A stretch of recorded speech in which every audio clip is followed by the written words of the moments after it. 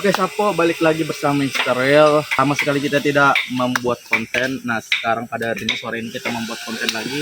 Kebetulan di sini ada pembangunan satu buah kapal yang dimana besarannya itu 17 keping papan. Panjang lunasnya nanti kita sambil aja jalannya. Nah di sini ya guys ya. Jadi ini lagi proses pembangunan pemasangan kepingan papan. Ya.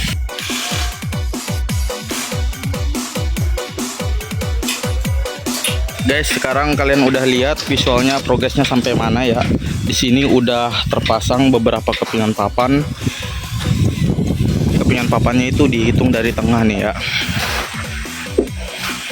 1 2 3 4 5 6 7. Sudah ada 7 kepingan papan yang sudah terpasang dan ini naiknya 17 lembar papan. Berarti tersisa berapa? 10 lembar papan lagi. Jangan dihitung dari depan linggi ini, bukan ya. Dia dihitungnya 17 lembar papan itu di tengah-tengah lambung kapal. Gitu ya.